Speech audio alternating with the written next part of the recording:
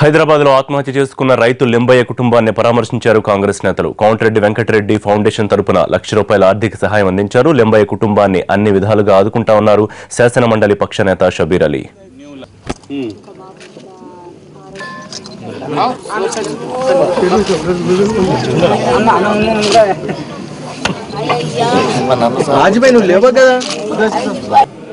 ఇది పరిష్కారం ఒక్కరికి రెండుకి ఇచ్చుడు కాదు, 1,00,000-2,00,000తో ప్రాణాలు కావు. నేను మా కేసీఆర్తో డిమాండ్ చేసేది ఏమంటే, నువ్వు రైతులకు భరోసా అయిపోయివయా. ఈ 3 గంటలకు ఒక రైతు చనిపోతున్నాడు, నిద్రలకి లేవు కేసీఆర్ సారు, లేచి మాట్లాడు, వీళ్ళ గురించి భరోసా అయ్యి ఎట్లా కాపాడుకుందాం వీళ్ళ ప్రాణాలు, వీళ్ళకి ఏమి ఇద్దాము, వీళ్ళకు అప్పులు మొత్తం 1 టైం మాఫీ చేద్దామని అడుగుతున్నారు వాళ్ళు, చేసేయండి.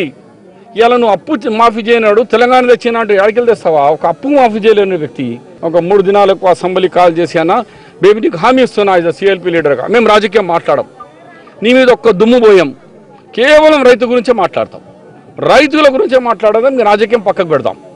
ఈ రైతులకు మాట్లాడుతందుకన్నా ఎమర్జెన్సీ అసెంబ్లీ వీలు ఒక 3 దినాల సెషనే, దీంట్లో మనం రైతులకు భరోసా ఇద్దాం.